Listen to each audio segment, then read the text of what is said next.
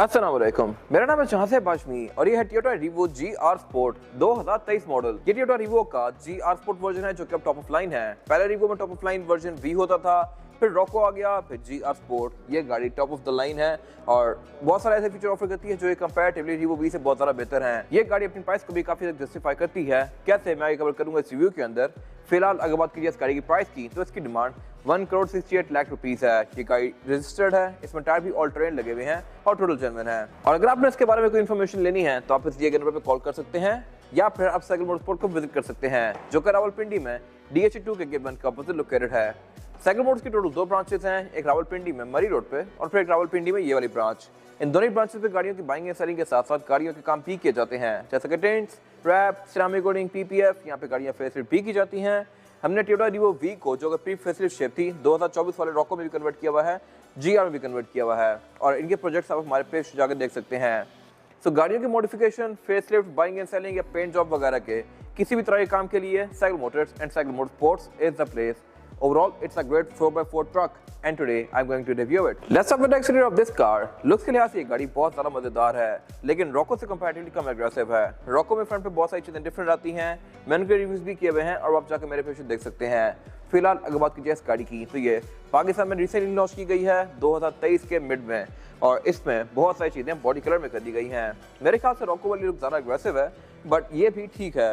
White में ये गाड़ी बिल्कुल प्लास्टिक की लगती है, लेकिन ब्लैक में इसकी काफी मजेदार लुक्स आती हैं। फ्रंट पे जो इस गाड़ी की ग्रिल है ये मोस्टली बॉडी कलर में है। ब्लैक गाड़ी में ये ब्लैक आती है, व्हाइट में व्हाइट आती है और बाकी कलर्स में उन्हीं कलर्स के हिसाब से आएगी। और इसके अलावा ये वाला एरिया भी इसका बॉडी कलर में है जो कि रीवो V में क्रोम में आता है और रॉको में मैट में आता है। सेंटर में इसका एक ये ग्रिल दी गई है जो ग्लॉस ब्लैक फिनिश में है और इसके अलावा GR स्पोर्ट में टोयोटा की मोस्टली GR कार्स की तरह फ्रंट पे टोयोटा लिखा हुआ है। इसके छोटे वर्जन में टोयोटा का एम्बलम आता है, लेकिन इसमें ये टोयोटा लिखा हुआ है इंडिविजुअल ट्रैक्टर्स जैसा कि टकोमा में या टंड्रा में या फिर जैसा कि ऐसी 300 सीरीज में GR वर्जन आता है उसमें ये फ्रंट पे ये टोयोटा लिखा हुआ होता है। बाकी इसमें ऊपर एक ये ब्लैंक एरिया दिया गया है जो कि इस गाड़ी में ब्लैंक ही है, ये बंद है। इंपोर्टेड वर्जन के अंदर यहाँ पे रडार आता है। इसके अलावा ये गाड़ी फ्रंट पे पार्किंग सेंसर्स ऑफर करती है। इसकी हेडलाइट्स डिफरेंट है as compare to simple Revo V। इस तरह से कि इसमें जो क्रोम वाली फ्रिल्स आती हैं ये इस गाड़ी में शेडो ग्रे में है। बाकी हेडलाइट के अंदर इसके सिंगल पॉइंट दिया गया है, लो और हाई दोनों के लिए। ये बाइजोनल प्रोजेक्शन लैंप है और एक यहाँ पे काफी मैसिव DRL दी गई है। फॉग लैंप भी इस गाड़ी के LED में आते हैं और इसके अलावा ये गाड़ी फ्रंट पे पार्किंग सेंसर्स भी ऑफर करती है। हेडलाइट्स गाड़ी की ऑटोमेटिक फीचर के साथ हैं, वाइपर इस गाड़ी में नॉर्मल से हैं, इनमें रेन सेंसिंग वाला फीचर नहीं आता, जबकि इससे छोटी गाड़ी जो कि ग्रैंडे है वो भी वाइपर रेन सेंसिंग ऑफर करती है। और अगर बात की जाए इस गाड़ी की साइड प्रोफाइल की, तो रिम्स ये गाड़ी बेस्ट ऑफर करती है, लेकिन इसमें जो और फेंडर्स हैं ये भी बॉडी कलर में है। हर किसी की अपनी ओपिनियन है, मेरे ख्याल से रॉको की थोड़ी सी बेहतर है। बाकी इसमें ये ब्लैक कलर का पोर्शन दिया गया है ऊपर और उसके अलावा साइड पे ये क्लीन सी GR और 2.8 की बैजिंग दी गई है। रॉको में या रीवो V में यहाँ पे काफी बड़ा सारा हाइलेक्स का बैच आता है, D4D आता है, मेरे ख्याल से ये थोड़ी सी बेहतर है। और इसके अलावा GR स्पोर्ट में साइड मिरर जो हैं ये ब्लैक ही आते हैं इररिस्पेक्टिव ऑफ कलर, जो मर्जी गाड़ी हो। बाकी डोर हैंडल्स गाड़ी के बॉडी कलर में है, साथ यहाँ पे कुछ क्रोम की फ्रिल्स दी गई हैं और इसके अलावा साइड मिरर फीचर्स के लिहाज से भी डिसेंट है। इस तरह से ये रिट्रैक्टेबल है, एडजस्टेबल है और में ऑटो वाला फीचर भी आता है। फिर इसके अलावा मैं इस गाड़ी को यहीं से ही लॉक या अनलॉक कर सकता हूँ लाइक दिस, क्योंकि इसमें सॉफ्ट अनलॉक भी आता है। इसके अलावा टायर स्पेसिफिक गाड़ी में ऑल टेरेन है, रिम इस गाड़ी में 18 इंचेस के हैं। इन पे मैं आगे डिस्कशन करूंगा अभी इन डेप्थ टायर सेक्शन पे जाके। और इस गाड़ी की एब्सोल्यूट साइड प्रोफाइल साइज के लिहाज से ये गाड़ी एक मिड साइज पिकअप ट्रक है और इसमें बहुत सारी बॉडी कॉन्फ़िगरेशंस आती हैं। कुछ गाड़ियाँ सिंगल कैबिन होती हैं, कुछ में पीछे बेड नहीं आता। ये गाड़ी टॉप ऑफ द लाइन है और एक गाड़ी अपनी प्राइस को जस्टिफाई करती है इस तरह से कि पाकिस्तान में जो छोटी मोटी कार्स हैं जैसे कि सिविक वगैरह हो गई वो भी अब 1 करोड़ पर टच करती हैं, जबकि लॉन्च तो 60 लाख की हुई थी और लॉन्च होते टाइम भी लोग कह रहे थे कि ये बहुत महंगी गाड़ी है। अब वो गाड़ियाँ 1 करोड़ एंड अबव जाती हैं। या फिर अगर आप हैवल सेंटर वगैरह पर जाते हैं तो वो गाड़ियाँ 1.25 करोड़ 1.5 करोड़ टच करती हैं, जबकि ये गाड़ी आपको तकरीबन 20 मॉडल भी 1 करोड़ के आसपास मिल जाएगी। अगर आप 22 पे जाते हैं तो 1.25 करोड़ के आसपास होंगी और 1.25 करोड़ में it's a lot of car. Engine इस गाड़ी का बहुत ड्यूरेबल है, ये गाड़ी बहुत सारा पावरफुल भी है। फिर ये हैवी 4x4 साइज के लिहाज से भी काफ़ी ह्यूज है और इसके अलावा इस गाड़ी का पाकिस्तान में एक सही इंप्रेशन है। इसके अलावा फीचर भी गाड़ी डिसेंट ऑफर करती है। ये गाड़ी GR स्पोर्ट है, 2023 मॉडल है, इसलिए 168 की है और 168 के लिहाज से भी ये गाड़ी फीचर डिसेंट ऑफर करती है। वो क्या है मैं कवर करूंगा आगे इंटीरियर में जाके। बाकी साइड पे गाड़ी साइड स्टेप ऑफर करती है जो कि बेसिक से हैं और इसके अलावा इसकी रेयर विंडोज स्पेसिफिक कार में टिंट हुई हुई हैं। और अगर बात की जाए इस एंड की, तो ये इस गाड़ी का काफ़ी बेसिक सा है। यहाँ पे कोई रॉको जैसी की बैजिंग नहीं आती GR स्पोर्ट की। रॉको में यहाँ पे काफ़ी बड़ा बैच दिया गया होता है तो उसकी लुक काफ़ी अग्रेसिव आती है साइड से। ये बिल्कुल बेसिक सा है और इसके अलावा इसमें बैक पे लीव स्प्रिंग्स आते हैं यानी कि कमानियाँ। तो इसकी राइड थोड़ी सी बम्पी होती है, बट पिकअप ट्रक सारे ही ऐसे होते हैं। इनका बेसिकली पॉइंट ही लोडर कार होता है। यहाँ पे आप जितना सामान लोड करेंगे ये गाड़ी उतनी ज़्यादा स्टेबल होती जाएगी, और सामान के बगैर ये गाड़ी काफ़ी ज़्यादा टेल भी करती है और आपको झटके भी फील करवाती है।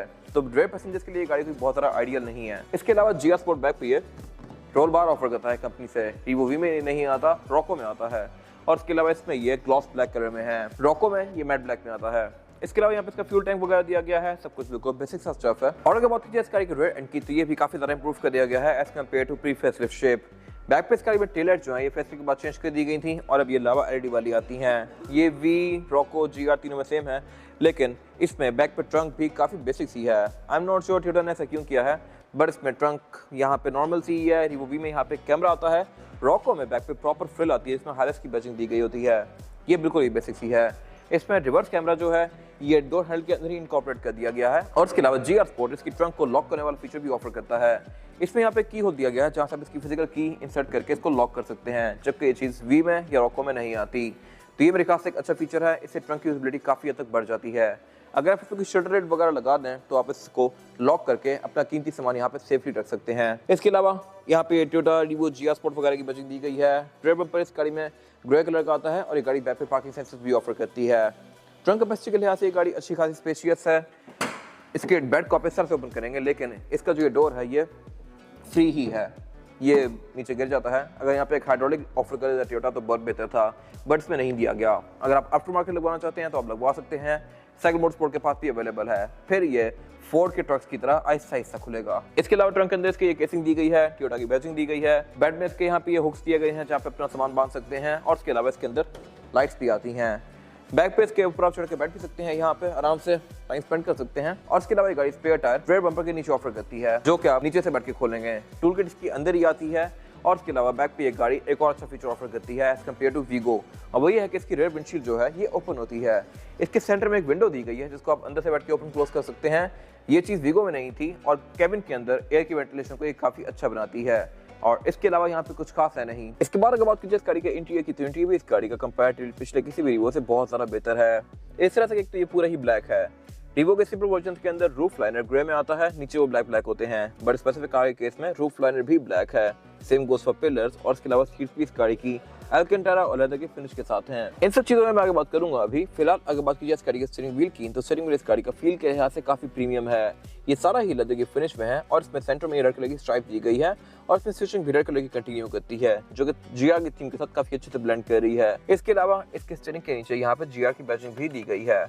बाकी इसके स्टीयरिंग की जो फ्रिल्स हैं ये शैडो क्रोम में है। और इसके अलावा ये गाड़ी बाकी सारे फीचर्स वही ऑफर करती है जो कि सिंपल रिवो में भी आते हैं, जैसे कि लेफ्ट में मल्टीमीडिया के कंट्रोल्स दिए गए हैं, राइट पे दिए गए कंट्रोल से आप इसके MID के बीच में नेविगेट कर सकते हैं। फिर ये गाड़ी क्रूज कंट्रोल भी ऑफर करती है, लेकिन यहाँ पे एक चीज़ एक्स्ट्रा है as compare to simple Revo, और वो है पैडल शिफ्टर्स। यहाँ पे आप पैडल शिफ्टर से इस गाड़ी को मैनुअली भी चला सकते हैं। ये चीज़ पहले फॉर्च्यूनर तक लिमिटेड थी, बट इस गाड़ी में भी अब आना शुरू हो गई है। इसके अलावा ये गाड़ी हेडलाइट और बड़े फीचर के साथ ऑफर करती है। वाइपर इसमें नॉर्मल से हैं। और इसके अलावा अगर बात कीजिए इस गाड़ी के मीटर की, तो मीटर भी इस गाड़ी का पूरी गाड़ी की तरह ग्रे, व्हाइट और रेड के कॉम्बिनेशन के साथ है। लुक्स के लिहाज से ये पहले से बहुत ज़्यादा बेहतर है। और इसके अलावा इस गाड़ी की स्पीड लिमिट जो है ये 200 km/h तक है। मीटर के सेंटर में एक MID डिस्प्ले दिया गया है, जो कि अगेन बहुत सारा इंप्रूव्ड है। ये आपको इसकी बहुत सारी चीज़ें शो करवाता है, जैसे कि trips, average km/l, outside temperature, इसके अलावा गाड़ी के मैसेजेस वगैरह। और इसमें टायर टर्निंग रेडियस भी आता है, जो कि फेस्टिवल के बाद से रिव्यू में आना शुरू हुआ था। इसके अलावा अगर बात कीजिए मीटर की हाउसिंग कितनी है, चीप प्लास्टिक की फिनिश में है। डैशबोर्ड का ऊपर सारा ही एरिया इसी तरह चीप प्लास्टिक का है। और डेफिनेटली गाड़ी पिकअप ट्रक है, तो मेरे ख्याल से इसमें कोई क्वालिटी बहुत ज़्यादा मैटर नहीं करती, लेकिन इस प्राइस पॉइंट पे मेरे ख्याल से इससे बेहतर हो सकता था। इसके अलावा गाड़ी टोटल 4 इवेंट्स ऑफर करती है। फ्रंट पे, बैक पे भी इसमें 2 आते हैं। उससे नीचे फिर एक ग्रे कलर की फ्रिल दी गई है, जो कि सिंपल रिवो में सिल्वर कलर में आती है। और उसके नीचे क्रोम दिया गया है, जो कि अगेन शेडोड है। ये थोड़ा सा डार्क सा है, जबकि सिंपल रिवो में ये बिल्कुल ग्लास की तरह का चमकता हुआ आता है। उसके नीचे फिर इसका मल्टीमीडिया पैनल दिया गया है, जो कि वैसा ही है जैसा कि थाईलैंड वाले रिवो में आता है। और इसकी आप थीम्स को भी चेंज कर सकते हैं। इसकी ओवरऑल जो फील है ये भी सारा प्रीमियम है, और ये बेसिकली गाड़ी के कंप्यूटर के साथ भी सिंक है। यहाँ पे गाड़ी आपको इसके ट्रेस, एवरेज km/l, गाड़ी के मैसेजेस वगैरह ये सारी चीज़ें शो करवाएगी। और इसके अलावा इसमें टोयोटा कनेक्ट भी आता है। इसकी जो इट्स स्क्रीन है वो कंपैरेटिवली पाकिस्तानी वाली कार से थोड़ी छोटी है, बट ये पैनल हर लिहाज से उससे बहुत बेहतर है। उससे नीचे इसका क्लाइमेट कंट्रोल दिया गया है। क्लाइमेट कंट्रोल की गाड़ी डुअल जोन ऑफर करती है, यानी कि ड्राइवर और पैसेंजर दोनों के लिए अलग अलग जोन दी गई हैं। ये चीज़ भी इस कैटेगरी में सिर्फ यही कार ऑफर करती है। इस कैटेगरी की बाकी गाड़ियों में ये फीचर नहीं आता। इसके अलावा फिर नीचे यहाँ पे कुछ और फीचर्स दिए गए हैं, जैसे कि टर्बो के पावर आउटलेट दिए गए हैं 2, डाउन एसिस्ट कंट्रोल दिया गया है, ट्रैक्शन कंट्रोल दिया गया है और डिफरेंशियल लॉकिंग दिया गया है। फिर ये गाड़ी है भी 4x4, तो 4x4 का यहाँ पे एक नॉब भी दिया गया है। इसमें जो 4x4 की सिलेक्शन है वो है H2, H4 और फिर L4। इसके अलावा नीचे यहाँ पे एक स्टोरेज एरिया दिया गया है, 2 कप होल्डर्स दिए गए हैं और उसके बीच इसका गेयर सिलेक्टर दिया गया है। इसमें जो गेयर सिलेक्शन है वो है PRND और स्पोर्ट्स में करके आप इस गाड़ी को मैनुअली भी चला सकते हैं। फिर ये गाड़ी ड्राइविंग मोड्स भी ऑफर करती है, इको, पावर और इसके अलावा अगर आप इन दोनों को बंद कर दें तो फिर ये गाड़ी नॉर्मल मोड में होती है। तो कंबाइंड इस गाड़ी में 3 मोड्स आते हैं। उससे पीछे इसकी पार्किंग ब्रेक दी गई है जो कि मैनुअल है। साथ ही यहाँ पे एक स्टोरेज बॉक्स दिया गया है और उससे पीछे सेंटर कंसोल दिया गया है जो कि स्पेस के लिहाज से बस ठीक है, कोई बहुत ज़्यादा स्पेशियस नहीं है। यहाँ पर एक 120 वोल्ट का पावर आउटलेट दिया गया है और इसके अलावा इसका हुड जो है लेदर के फिनिश में है। अगर बात कीजिए सीट्स की तो ये भी इस गाड़ी की डुअल कॉम्बिनेशन में है, फैब्रिक और लेदर के, और इसके अलावा इसके बीच में रेड और ब्लैक का कॉम्बिनेशन फॉलो किया गया है। साइड्स पे रेड कलर की फ्रिल्स दी गई हैं, स्टिचिंग कंटिन्यू की गई है रेड कलर की यहाँ पे, और इसके हेडरेस्ट में ये GR स्पोर्ट की बैजिंग दी गई है। ये अगेन मेरे ख्याल से एक मजेदार चीज़ है। इसके अलावा विंडो इस गाड़ी में चारों ही सिंगल टैप वाली आती हैं, यानी कि मैं उनको सिंगल टैप से फुली रोल डाउन या रोल अप कर सकता हूँ लाइक दिस। और इसके अलावा वैनिटी मिरर गाड़ी सिर्फ पैसेंजर के लिए ऑफर करती है, ड्राइवर के लिए इसमें नहीं आता। रेडियो मिरर इसमें नॉर्मल सा है, सेंटर में इसका सनग्लास होल्डर दिया गया है, केबल लाइट्स दी गई हैं और इसके अलावा ये गाड़ी सनरूफ वगैरह ऑफर करती ही नहीं है वर्ल्ड वाइड, और इसके अलावा यहाँ पे कुछ खास है नहीं। इसके बाद अगर बात कीजिए इस गाड़ी में रेयर पैसेंजर्स के लिए सीटिंग कैपेसिटी की तो ये बैक पे डिसेंट है। मेरे पास यहाँ पे लेग रूम का भी कोई इशू नहीं है और हेड रूम का भी, और चौड़ाई के लिहाज से भी गाड़ी अच्छी खासी चौड़ी है, तो यहाँ पे टोटल 3 लोग एडजस्ट हो सकते हैं। 4 लोग बैठना चाहे तो वो भी बैठ जाएंगे, लेकिन फिर ज़्यादा कंफर्टेबल नहीं होंगे। इसमें फ्लोर बेड ऑलमोस्ट फ्लैट आता है, यहाँ पे छोटा सा हम दिया गया है और उसके अलावा सीट सेंटर थोड़ी सी रेस्ड हैं, तो यहाँ पे 3 लोग कंफर्टेबल होंगे, 4 आएंगे तो फंस जाएंगे। बाकी बैक पे मैंटीज भी इसमें डिसेंट दी गई है। इस तरह से कि इसमें बैक पे एयर वेंट्स आते हैं, सेंटर कंसोल आता है जिसको निकाल के मैं एज एन आर्म रेस्ट या फिर इसमें से 2 कप होल्डर जो दिए गए हैं इनको यूज़ कर सकता हूँ। ये चीज़ें मोस्टली आपको पिकअप ट्रक्स में देखने को नहीं मिलती।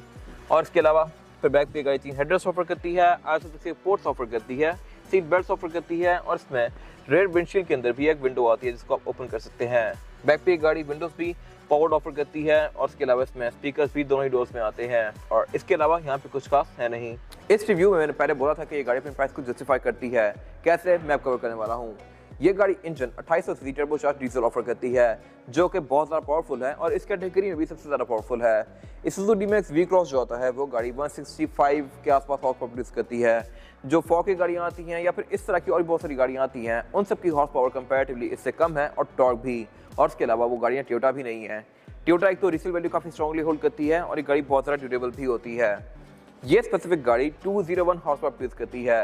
रिवो की जब ये शिप लॉन्च की गई थी तो इसमें पहले जो इंजन था वो 3000 सीसी था, 1KD इंजन 3.0 होता है और वो गाड़ी 168 हॉर्स पावर प्रोड्यूस करती थी। फिर इसके बाद इसमें 1GD आ गया 2.8 जो कि यही इंजन है, लेकिन इसको फेसलिफ्ट के बाद और ज़्यादा रिफाइन कर दिया गया। अब ये गाड़ी 201 हॉर्स पावर प्रोड्यूस करती है with 500 newton metre of torque, जो कि काफ़ी अच्छा परफॉर्मेंस फिगर है, और 201 वर्सेस 165 हॉर्स पावर, जबकि ये दोनों गाड़ियाँ साइज़ के लिहाज से सेम हैं, तो इसकी परफॉर्मेंस कंपैरेटिवली इस कैटेगरी के किसी भी और ट्रक से बहुत बेहतर होने वाली है। प्लस ये गाड़ी बहुत ज़्यादा ड्यूरेबल भी है। फिर ये गाड़ी आपको एवरेज भी अच्छी ऑफर करती है। ये गाड़ी आपको आराम से तकरीबन 10 से 11 तक की एवरेज दे सकती है डिपेंडिंग अपॉन ड्राइविंग पैटर्न, और ये एवरेज आपको ग्रैंड या सिविक देती हैं। तो ये गाड़ी इतनी बड़ी होते हुए भी उनसे बेहतर एवरेज देती है और पावरफुल भी ज़्यादा है। फिर इसके अलावा भागने के लिहाज से भी गाड़ी अच्छी खासी तेज़ है, ये टेल भी करती है, रेयर व्हील ड्राइव है, फिर 4x4 भी है, इसको आप 4 टायर पर भी चला सकते हैं, और इसके अलावा इसकी कॉस्ट ऑफ मेंटेनेंस भी बहुत कम है।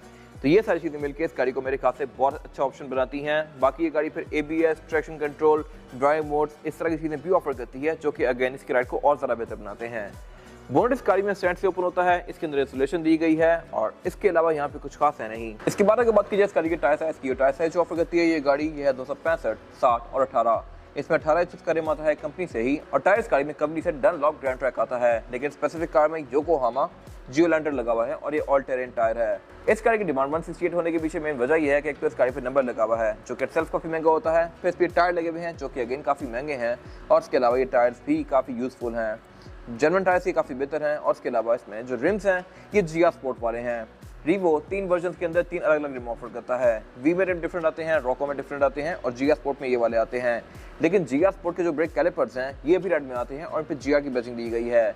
ये चीज़ किसी और वर्जन में नहीं आती। और इसके अलावा ये गाड़ी फिर फ्रंट पे डिस्क ब्रेक ऑफर करती है और बैक पे ड्रम ब्रेक्स ऑफर करती है। बाकी इसके अलावा फ्रंट पे शॉक्स हैं, बैक पे कमानियां हैं और ये गाड़ी है भी 4x4। ये था आज का रिव्यू। अगर आपको ये रिव्यू पसंद आया है तो इस रिव्यू को लाइक कीजिए, मेरे चैनल को सब्सक्राइब कीजिए और अगर आपके पास गाड़ी से रिलेटेड कोई भी राय है तो उसको कमेंट सेक्शन में शेयर जरूर कीजिएगा, ताकि वो लोग जो ये गाड़ी लेने वाले हैं वो आपकी राय से फायदा उठा सकें। अपना ख्याल रखिएगा। Thank you.